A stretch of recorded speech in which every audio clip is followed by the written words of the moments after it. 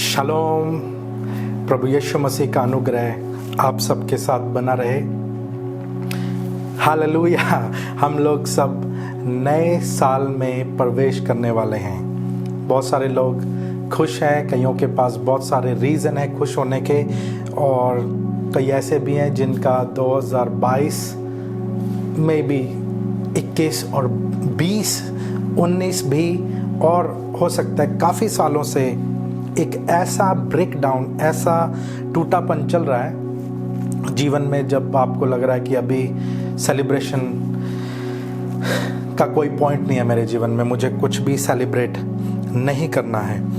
तो एनीवेज, आप चाहें या ना चाहें, लेकिन जैसे आप न्यू ईयर में एंटर करते हैं, आप नए साल में प्रवेश करते हैं, आप चाहे, जैसे मैंने कहा, आप करना चाहें या ना करना चाहें, लेकिन आपको सबके साथ नए साल में प्रवेश करना ही पड़ेगा। आप नहीं बोल सकते कि अभी 2023 आ रहा है लेकिन मैं तो 2015 में वापस जाना चाहता हूँ, या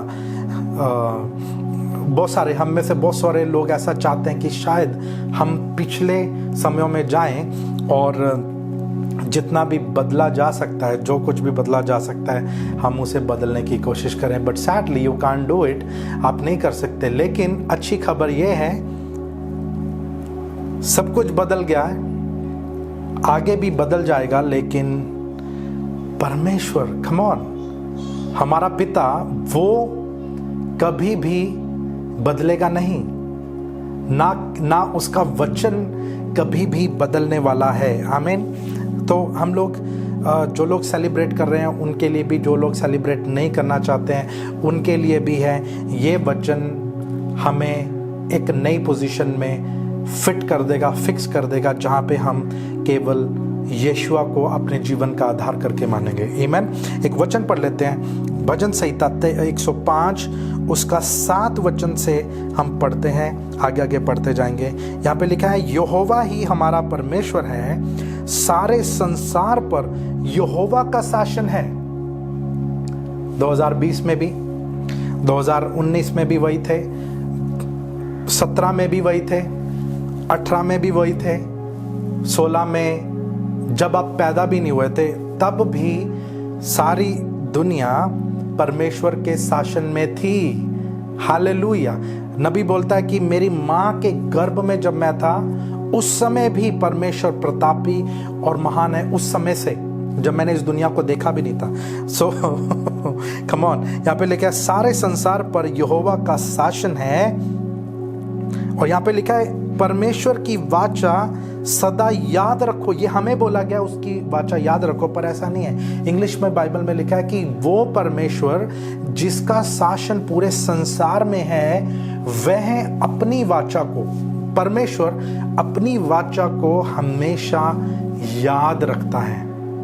आपको याद है, नहीं है, वो कभी भूलता नहीं है। सो नाउ क्वेश्चन आता है कि अगर परमेश्वर अपनी वाचा को याद रखता है तो चीज़ें गलत क्यों होगी? मैं आपको उसका रीज़न बताऊंगा। या जो लोग बोलने वाले हैं कि और जो लोग इवन सेलिब्रेट कर रहे हैं, आपकी सेलिब्रेशन आज 1 दिन की रहेगी, 2 दिन की रहेगी। लेट्स बी ऑनेस्ट, हम ऑनेस्ट हो जाते हैं, क्योंकि हमें थोड़ा परमेश्वर के साथ हमें ऑनेस्ट होने की ज़रूरत है। जो भी चीज़ें हम देख रहे हैं अपने इर्द गिर्द इस समय, लाइटिंग्स, पार्टीज, सेलिब्रेशन, 1 हफ्ते के अंदर सब लोग घूम फिर के एक ही लाइन में हो जाएंगे फिर से। डर, खौफ, तकलीफ, बीमारियां, फाइनेंशियल क्राइसिस, ये सब फिर से फॉलो करने वाला। लेकिन वचन में लिखा है सारे संसार के ऊपर यहोवा का शासन है। परमेश्वर जो कि, वो परमेश्वर है जो कि अपनी वाचा को याद रखता है हमेशा। He remembers his covenant forever। वो अपनी वाचा को हमेशा याद रखता है। Now, आप एक डिफरेंट स्टाइल में, डिफरेंट तरीके से नए साल को अप्रोच करते हैं। कई लोग खाते हैं, पीते हैं, मज़े करते हैं, और जो भी उनको लगता है कि ये सही तरीका है, यही एक सबसे उत्तम तरीका है ज़िंदगी को एक नए साल की ओर लेके जाने के लिए, तो वो वैसा करते हैं। लेकिन इजरायली लोग कैसे नए साल की तरफ आते थे? जब इजराइलियों का नया साल आता है, जो कि इजराइल की बात करें हम, इब्रानियों की बात, इब्रानी जो लोग हैं, हम जो बाइबल के लोग हैं, हम भी उनसे अलग नहीं है ऑल्दो, तो वो जब परमेश्वर इजराइल में आज की डेट में भी जब एक उनके पास पहुंचता है, नया साल का सीज़न उनके पास पहुंचता है, तो वो कैसे इसको सेलिब्रेट करते हैं? 10 दिन का समय निकाल के वो पश्चाताप के लिए डेडिकेट कर देते हैं अपने जीवन को। 10 दिन पश्चाताप में चले जाते हैं। 10 दिन का पश्चाताप का समय परमेश्वर के सामने झुकते हैं, सुबह शाम दोपहर पश्चाताप करते हैं उस समय के लिए जो उन्होंने जहां पर परमेश्वर को उन्होंने पहला स्थान नहीं दिया। कैसे कैसे उन्होंने अपने बीते हुए सालों में परमेश्वर को पहला स्थान नहीं दिया। ये आंसर उन लोगों के लिए, मेरे लिए भी है। हम जहां पर भी गिरे, आप याद रखना, वहां पर हमने परमेश्वर को पहला स्थान नहीं दिया, इसीलिए हम गिरे, इसीलिए हमारे साल खराब हो गए, इसीलिए हमें लगता है आज मेरे पास कोई रीजन नहीं है सेलिब्रेट करने का। We did not give God first place.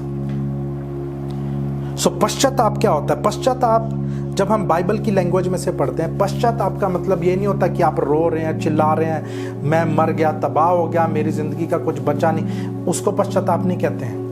वो आपका शाम को खत्म हो जाएगा, ये सब पूरा झमेला आपका जो है वो शाम को खत्म हो जाएगा। बट द पश्चाताप बाइबल के अकॉर्डिंग, बाइबल में लिखा पश्चाताप का मतलब ही ग्रीक में उसका मतलब है मेटानोया। मेटानोया का मतलब होता है अपने सोचने के और अपने काम करने के तरीके को बदलने का प्रण लेना। आमीन। वो 10 दिन डेडिकेट कर देते हैं कि अब मुझे आज से एक नए तरीके से कैसे अपने जीवन को बिताना है। क्यों? क्योंकि परमेश्वर को किसी भी चीज में बदलने की जरूरत नहीं है। वो हमेशा जैसा था वैसा है, वैसा ही रहेगा। मैं बदल जाता हूं और वैसा ही होता है। इस साल परमेश्वर का राज्य कोई खास हमारे लिए उतरेगा नहीं, वही राज्य जो हमेशा है। ये वचन वही है। ये वचन भजन संहिता 105 में लिखा है कि परमेश्वर 138 में लिखा है दूसरे वचन में कि परमेश्वर ने अपने नाम से भी बढ़कर, अपने नाम के भी ऊपर उसने अपने वचन को रख दिया है। प्रेरितों के काम 20 अध्याय में लिखा है कि ये परमेश्वर का वचन उसकी पूर्ण इच्छा है। यही इसी को फॉलो करके मैं अपने नए साल में उन रिजल्ट्स को देख सकता हूं जो मुझे देखना मैं चाहता हूं। जैसे मैं चाहता हूं कि परमेश्वर मेरे जीवन में कार्य करे, उस रीति से मैं अपने जीवन को बिता सकता हूं। हालेलुया। सो जैसे इजरायली लोग 10 दिन का पश्चाताप करके परमेश्वर के सामने आते थे, वैसे ही आपको और मुझे आने की जरूरत है। इस वचन को लेके अपने आप को इस वचन से करेक्शन में लाने की जरूरत है, क्योंकि एक हफ्ते के बाद वही नेगेटिविटी आपके चारों तरफ फिर से आएगी, वही चैलेंजेस आपकी तरफ फिर से आएंगे, वही जो आपके साथ हो रहा है वो आपको आके घेरने की कोशिश करेगा। मैं नेगेटिव नहीं हूँ, ये आप देख लेना, आप इन चीज़ों को देखते आए हो, देख रहे हो, कुछ भी बदलता नहीं है। बंदे की फिजिकलिटी बदलती नहीं है, उसके कुछ भी चेंज नहीं होता उसके अंदर, सिवाय उसके मकसद में। वो अपने जीने के मकसद को अगर पहला स्थान दे देता है कि मुझे ऐसे इस तरीके से जीना है, तो वो उस तरीके से आगे बढ़ सकता है। Glory to Jesus. So now you, आपको इस चीज के ऊपर फोकस करते हुए कि जो हो गया, क्योंकि यीशु मसीह जब आए उसने आके लोगों से एक ही बात की कि परमेश्वर का राज्य निकट है, इसीलिए तुम मन फिराओ। निकट नहीं है, उसने कहा कि परमेश्वर का राज्य अभी है, अभी चल रहा है, तुम्हें पता ही नहीं है।